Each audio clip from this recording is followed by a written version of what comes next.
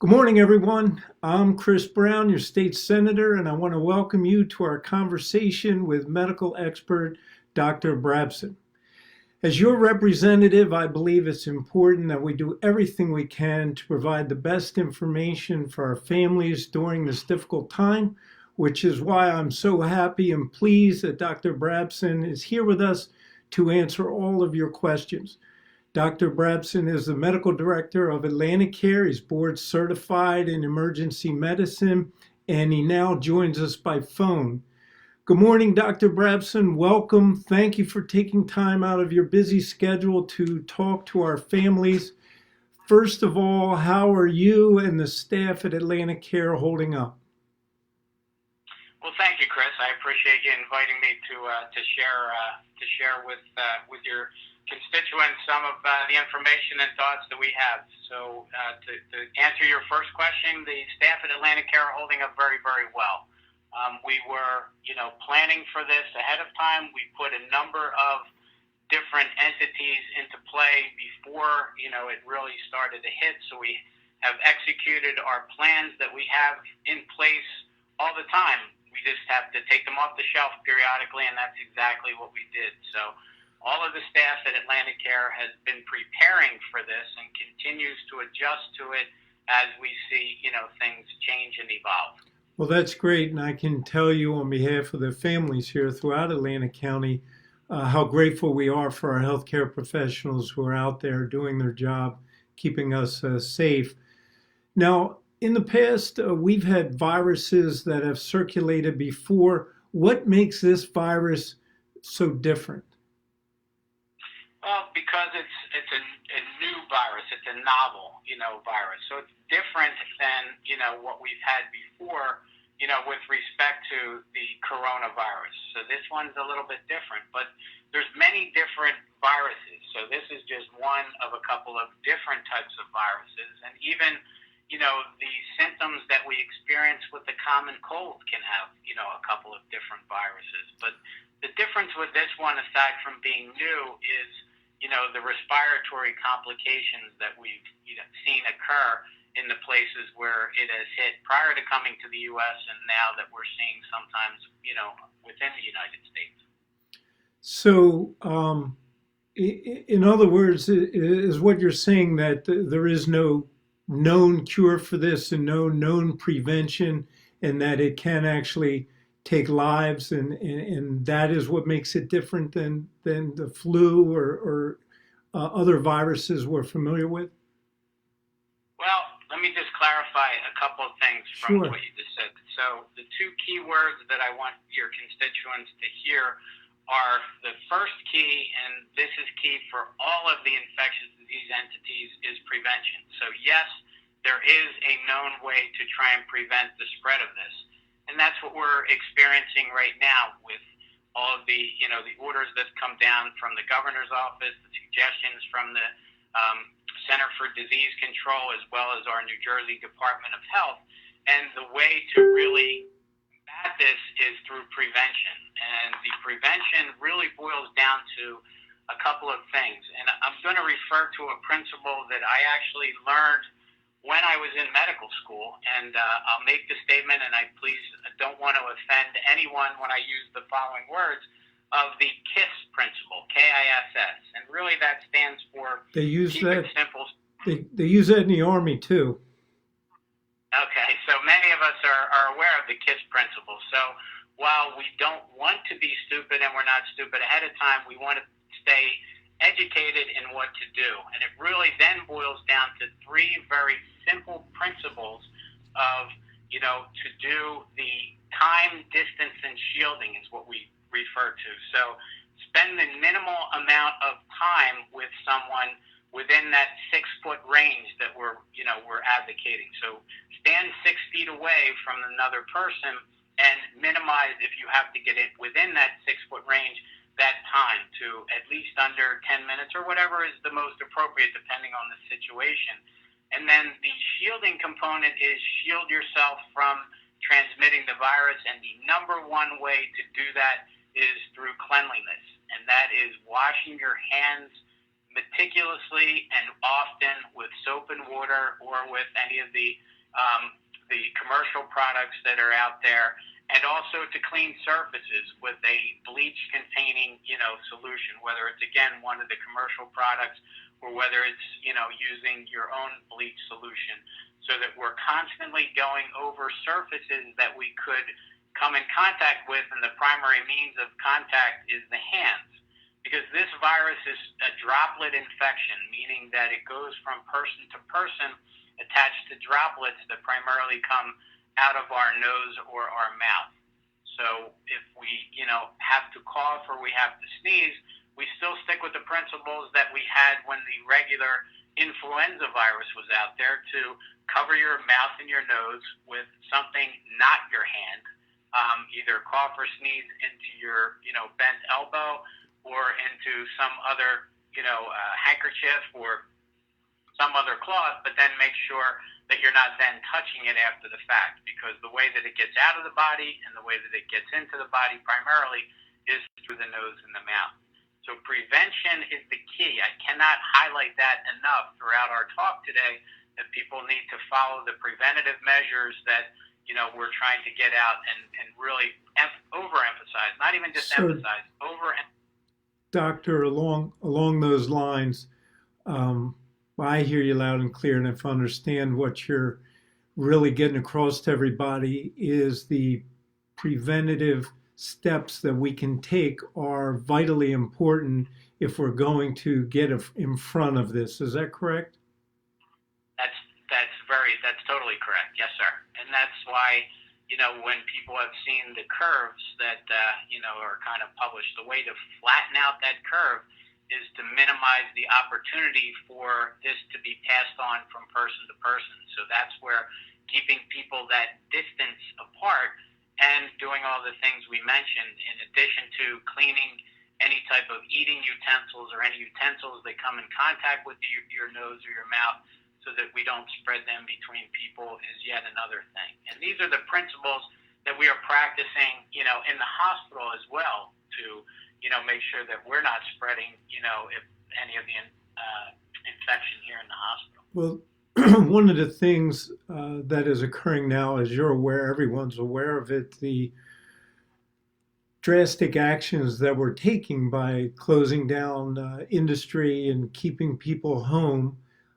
These are things that, would you agree, that are necessary in order to continue and be able to get in front of the curve?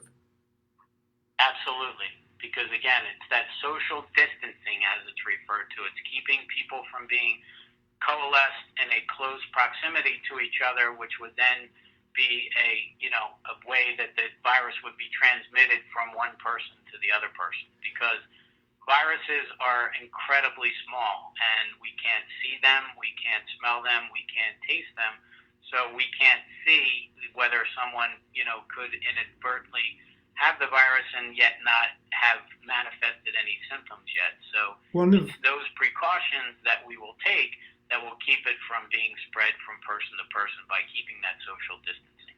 And one of the realities that drives this, and if we're doing it properly, it's my opinion, we should just be looking at the science and the data. And the science which you just discussed about how transferable it is and how it's an airborne virus, and that we are so susceptible to it. And then you look at the facts. In New Jersey, we have 9 million people. We're one of the most densely populated states in the country. If you're talking about just 2% somehow contracting it, you're at 200,000. And out of those 200,000 people, if 15%, which seems to be what the stats and the data are telling us, we're at around 43,000 people. And of course, in New Jersey, we have 23,000 hospital beds, and half of them are at capacity. So it is important that if we follow the data and the science, that we work together with the governor and other officials throughout the state, and really just for each other, to make sure that we take the lesson that you were telling us, Doctor, and that is that we need to take that preventive step and follow those guidelines. One good thing in speaking previously with you is I believe, or presently, if as things progress, do you feel comfortable we have enough ventilators for people as they get sick? I do, Chris. I think that the ventilators are one of the pieces of medical equipment that we have, in very good supply, here at AtlantiCare and most hospitals. I can't speak for any other hospital, but the hospitals know that the need for ventilators is one of the issues for the patients that become very sick with this COVID-19 virus. So we have that. We have plenty of ventilators available, but again, our goal is to not have to use those ventilators because we're doing our due diligence with our public to say this is the way that we prevent the spread from someone, getting to that point. But we do have plenty of, we have ventilators that we have far above our standard capacity that we have on a daily basis. So disease processes are still occurring every day, and we have the ventilators that we have to use for those disease processes. But with that being said, if I could make the comment Please. that while we're taking these preventative measures to prevent the spread of COVID-19, we also have to remind everyone that the issues that they have, medical issues that they have on a daily basis, that they have to continue to stay focused on those as well. So anyone that has to take any type of medical treatment on a daily basis has to maintain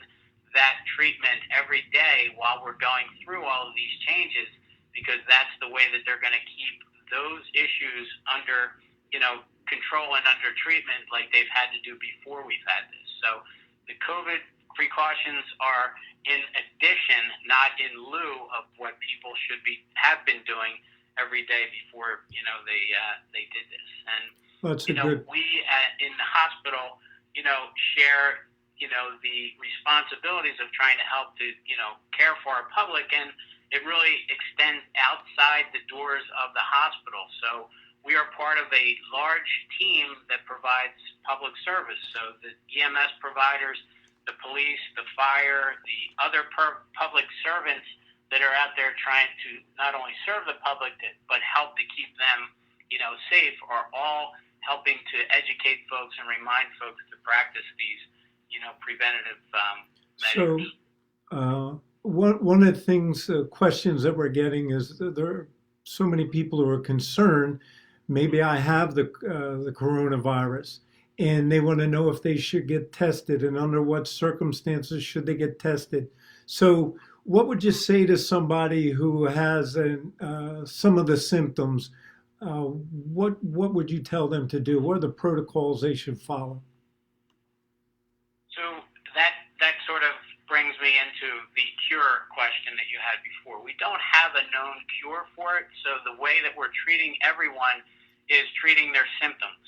So the symptoms that are classically, of a respiratory viral syndrome are the people that have a cough or sneezing or a fever, and when it progresses to the factor that they feel like they are short of breath, that's when it changes into a more severe realm. So someone that is asymptomatic, meaning they have none of those symptoms at all, needs to continue to monitor themselves for those symptoms of the cough, the sneezing, and the difficulty breathing and the fever. And once they start to develop the symptoms, they would continue again to monitor them. And once they had those symptoms, they should contact their healthcare provider that they have normally gone to. So let me have their own, see if I'm following you correctly. So if you're someone who is asymptomatic, you should continue to use all social distancing and make sure that you self-quarantine. If you start to feel any of these symptoms and it gets to a point like a light fever, a runny nose, it could be the flu, it could be anything, but at that point you can contact your primary care physician. Go see your primary... Exactly. And when you go see your primary care physician, it's my understanding that the protocols, your doctor will treat you initially for and test you for, let's say, the common flu, other illnesses to rule them out. And if it turns out that your doctor decides it's important, it's at that point that your doctor will actually test you for coronavirus. A couple of clarifiers with Yes. what you said, which is true. The first thing to do is to call your doctor if you have one that you go to. So call your doctor, and if you don't have one, then use one of the other numbers that are out for the public, the general public, to call to discuss what their symptoms are. So if we just focus on someone who believes they have symptoms, the first thing to do is to call a person and discuss that with a qualified medical professional of what your symptoms are. And then those symptoms are not solely going to be due to COVID-19. They could be determined to be, by something else. Because now the physician's office, the vast majority of them are not open. The emergency departments are always going to be open. But we don't want people to leave their house if they don't absolutely have to. So then the next phase would be, if they are feeling short of breath and they are recommended to go to the hospital, then they would use the appropriate means to get to the hospital, whether it be, utilizing, a personal vehicle to come to the hospital, or if they felt severe enough that they had to call 911, then they would certainly use that mechanism, which will also remain in place. Once they get to the hospital, they're not necessarily going to be tested for COVID-19 because of the limitation of the testing all over, the state and all over the country, quite frankly.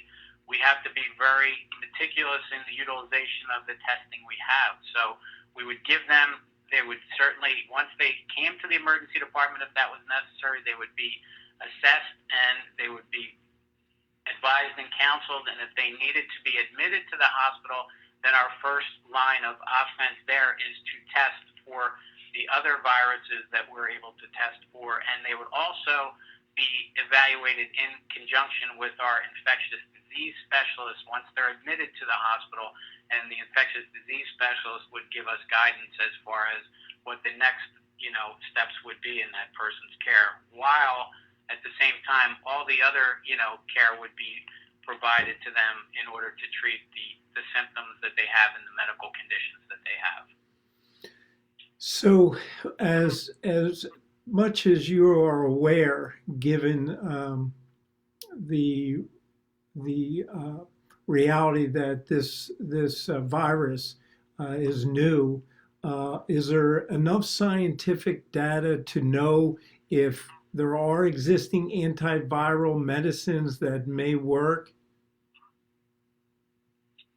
The scientific data is constantly in evolution, so we're discovering new things very, very rapidly, and we're trying to learn from the lessons learned from, outside of the country. So there is not a specific antiviral for treatment of this now.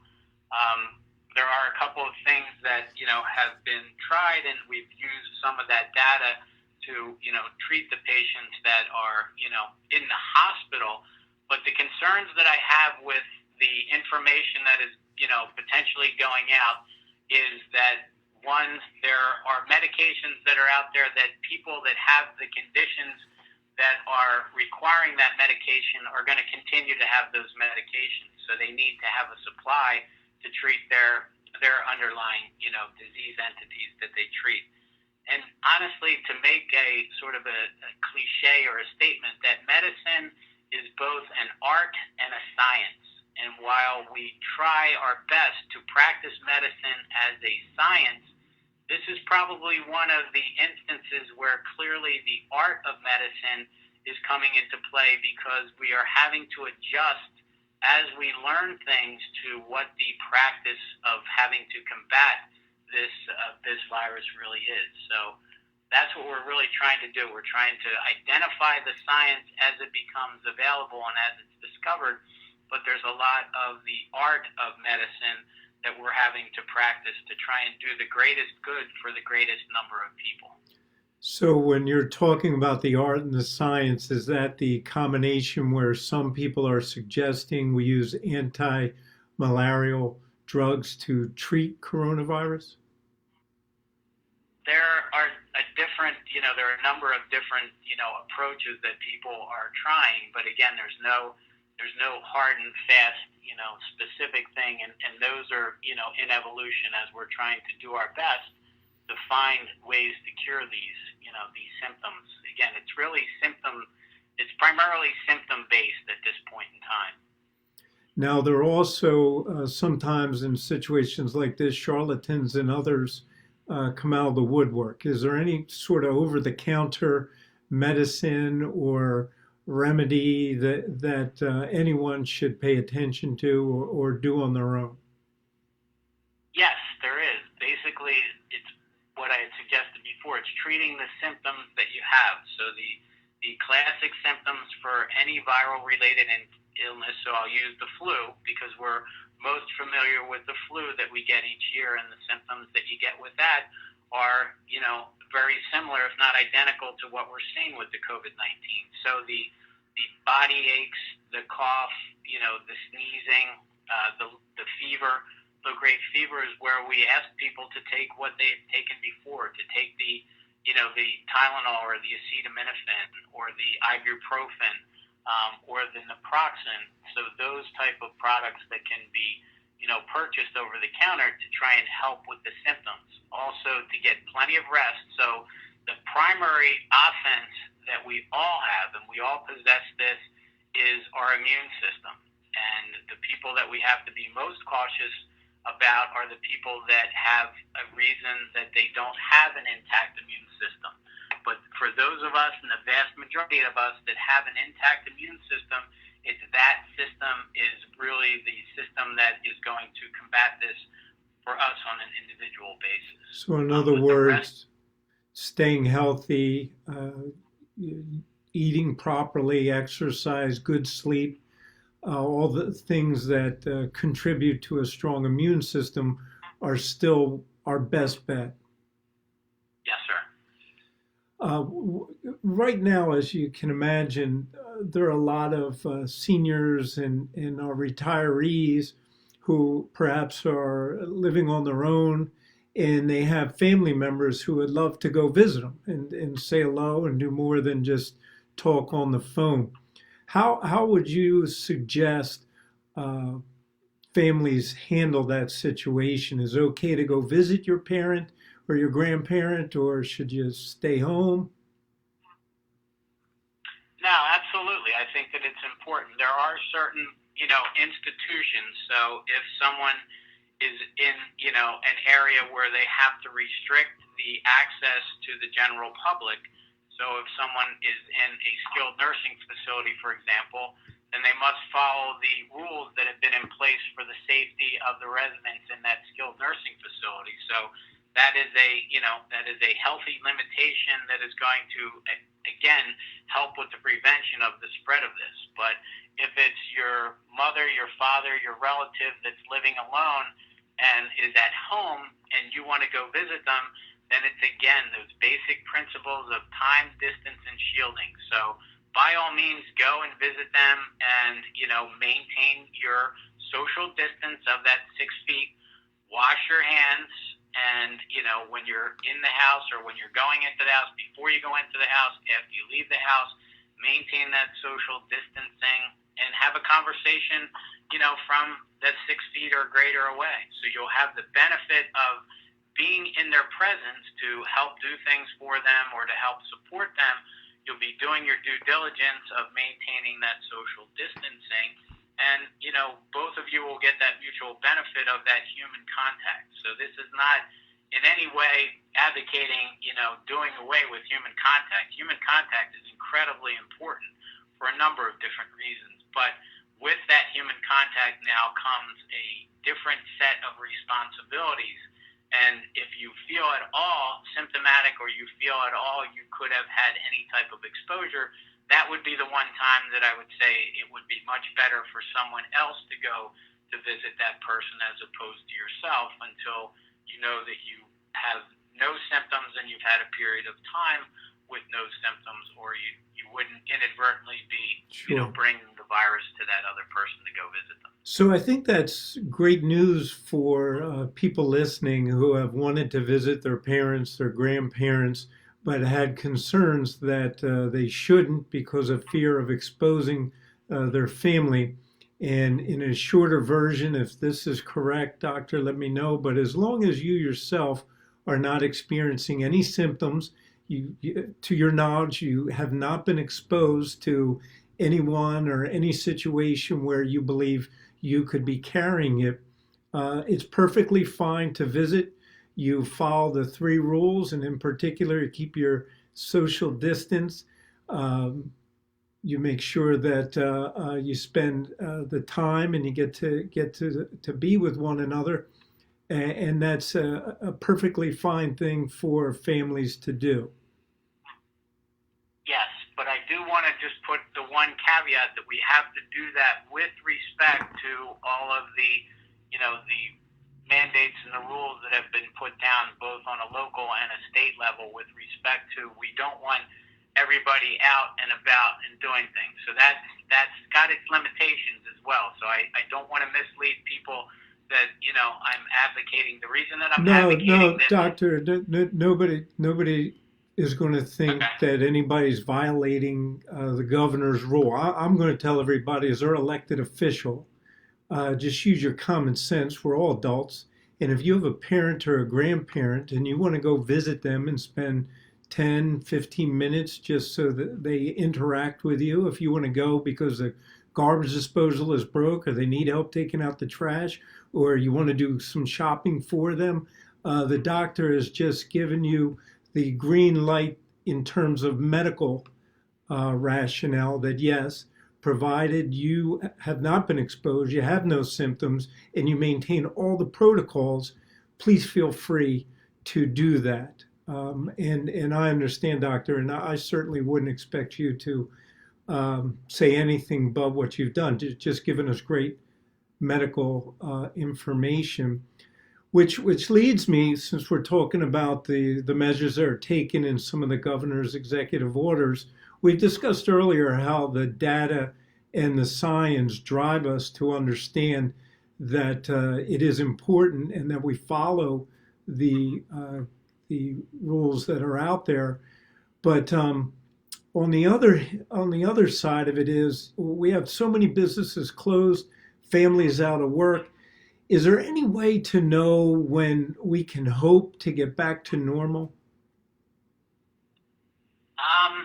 The answer to that is that right now there's not an easy way to predict that. And I will try and share with you an analogy to see if this helps people to understand it. It really is germane to those of us that are, in all of those public service entities, like I said, hospital, EMS, police, fire, and all the other public servants. I use the analogy that we have trained as long-distance runners. And what we're doing is we run that distance every day that we do our jobs. But what we're now finding is there are times when we have to sprint to adjust to things, and there's times where there's hurdles that we have to, overcome. And we're going to be able to do that. We will get through this, and we will all get through this together. And with that being said, we have to realize that there is a potential for this to be a little bit, nobody wants it to end, to continue, and we want it to end, quickly. But we have to realize that we have to kind of continuously monitor it, on a multi-day basis, or multiple times a day, I should say, to see where it's going, to try and plan and adjust to any changes that we see. And that is the best way to end it quicker. So those, prevention principles that we talked about, that is the primary way to help this to end quicker so that we can mitigate the spread. The spread is what's going to keep it going on longer.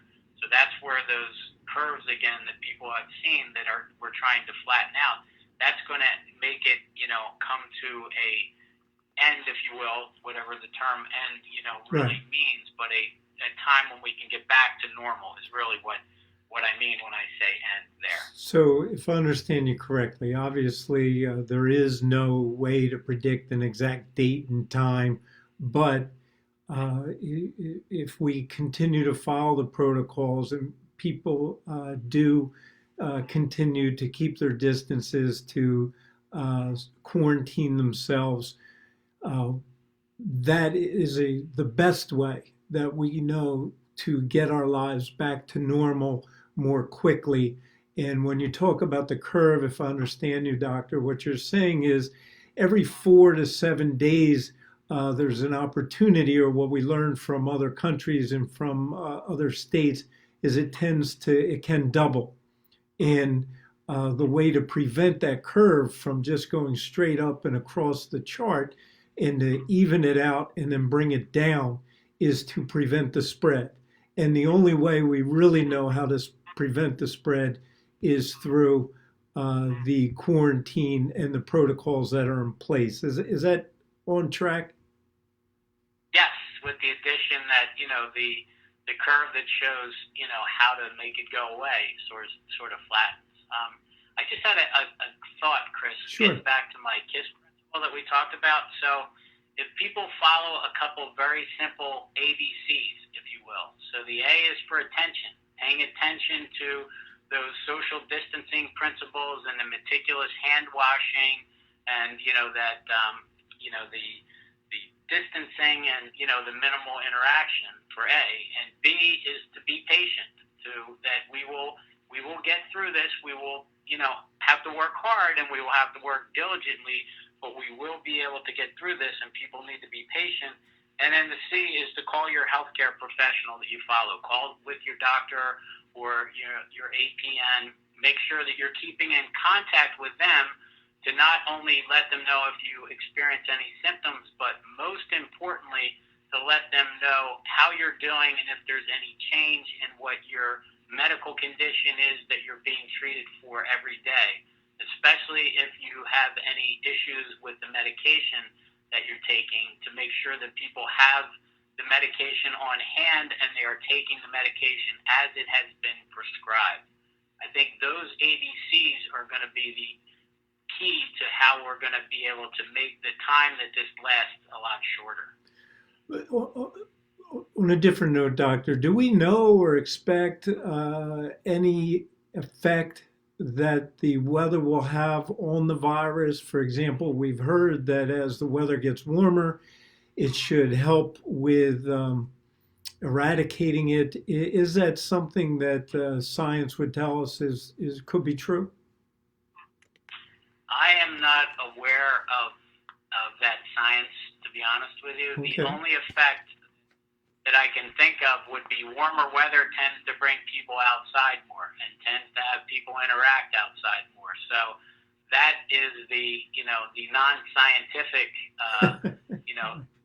I would say, is people need to realize that even though it's getting warmer and nicer out, they have to maintain those social distancing principles if they do go out. And people should go out now. Even with this, it is recommended that you go out and you get exercise and you enjoy the outdoors. So it's not like you have to be, a claustrophobic, area of your house. You can go out, but again, I can't highlight those principles enough, that maintain that social distancing and enjoy the outdoors. Just don't congregate in a very tight, group or a very tight pack. Right. And I think that's important and something that people may not have been aware of, that you certainly are encouraged, if it's a nice day, to go out, go for a walk, enjoy the beautiful weather. However, do it alone. In other words, don't go with a group of friends that you would walk with, but go out and enjoy the day, go for a jog, exercise, and just make sure that you keep your social distancing while you're out. And that will actually be something that helps them and their immune system and helps them stay stronger. Is that fair to say?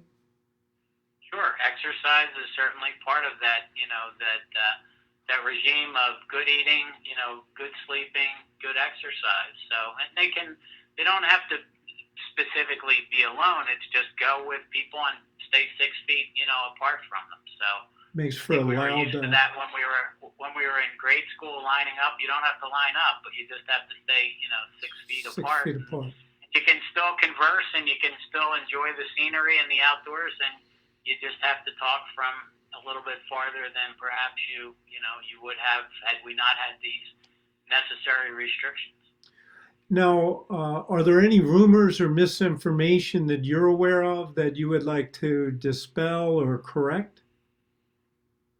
There are a number of rumors. We're very fortunate and blessed to have many different means of communication in today's world. The downside to that is that getting back to my comment of the science with respect to this is somewhat limited. So I would say the rumors can be very damaging sometimes because people are going to believe things that may not be true and may not be factual, but may wind up spreading, just like the virus. So while we're trying to mitigate the spread of the virus, we are also trying to mitigate the spread of erroneous rumors. So that's why if people follow the simple, basic principles that we've talked about today, I think that they're going to do very well. I know that they're going to do very well. I don't think they're going to do very well. I think they're going to do very well during this. And is there any information that we didn't cover that you believe we should add?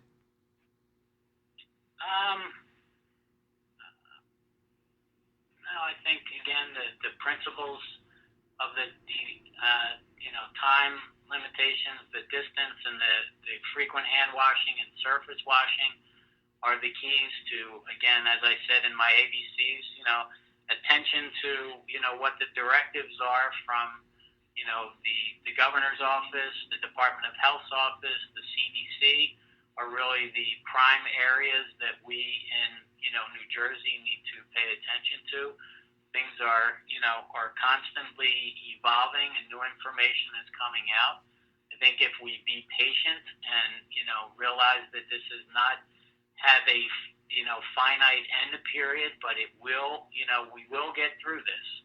And then really just to keep in contact. So that would be the C. Keep in contact with others, even if it's by phone or by social media or in person, checking up on folks, check up on your neighbor, or call your neighbor, or contact your neighbor, or we hear about people standing out in front of their house and talking to their neighbors outside. So that's a way to connect with your neighbor, to talk to your neighbor, and you can get the outdoors and the exercise benefit as well. So it's very gratifying to me to see and hear about people coming up with novel ideas to do things to stay within these parameters of the social distancing, and I think it's a very cohesive thing. So I think that this has a lot of challenges to it, but I think it also, as we go through, has a lot of things that are coming out that are very positive and are very beneficial. Well, I think where you're headed right now would be a great way as we wrap this up. Families all throughout Atlantic County are looking for some reassurance during this time, and you touched on there are things to be optimistic about and that are positive that are coming out of this. And if you could end on that note, Doctor, and just go over a few of them, I think that would be wonderful.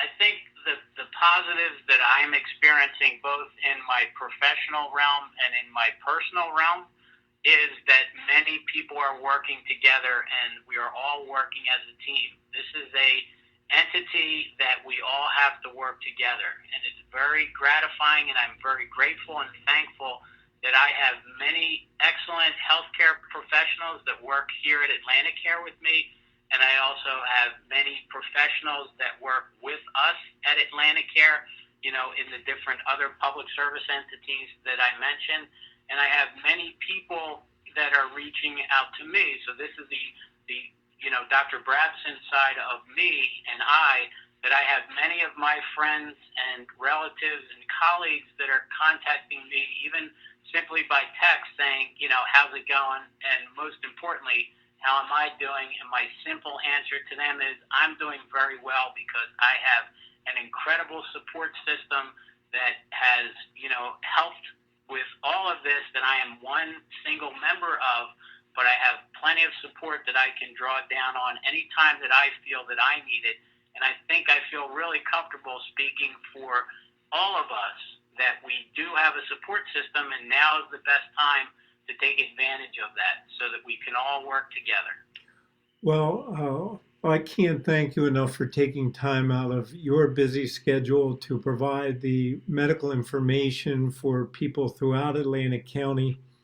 Our hats off certainly to you and all the healthcare professionals for being diligent and putting yourself in harm's way for our health and safety. So I just want to thank you again, Dr. Brabson, for being with us, and stay well. I thank you for your time, Chris, and thanks for inviting me to share this. And I wish all of you and your staff and all of your constituents well. And we'll let you know that we're all going to be here to help if needed. And our goal is to not have to be needed if we get the message out and everybody practices these principles we've gone over. God bless, and thank you, Doctor. Thank you. So I want to thank all of you who tuned in for listening and joining us in this conversation. We're all looking for answers, and one of the things that I'm trying to do is on our Facebook page, there is a coronavirus resource center where we've tried to put in one location all the information. It's helpful to families, it's helpful to retirees, it's helpful to how to deal with your children during this. It's also helpful with just what are the ABCs that the doctor talked about? When can we go visit our family members? Is it a good idea? Not a good idea? What medicines to take? What's the protocol? One of the biggest things that we're trying to make sure is during a time of crisis, a lot of people like to hide under a rock. We're doing everything we can to be visible, make ourselves available. And part of the reason that we run for office and we get involved is because we truly love people and want to try as best we can to make a difference in their life when they need us most. And so we've created this resource center on our Facebook, Chris Brown NJ. Please go ahead and go to it.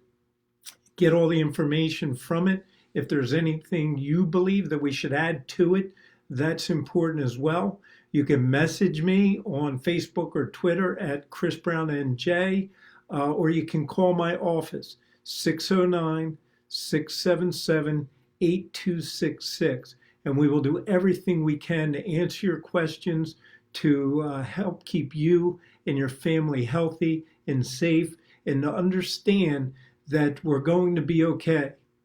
Things are not easy right now, but with God's help and our faith, we will get through this. I have confidence in all of you. We are here for you. We love you.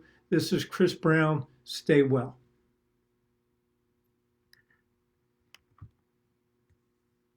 And that should do it.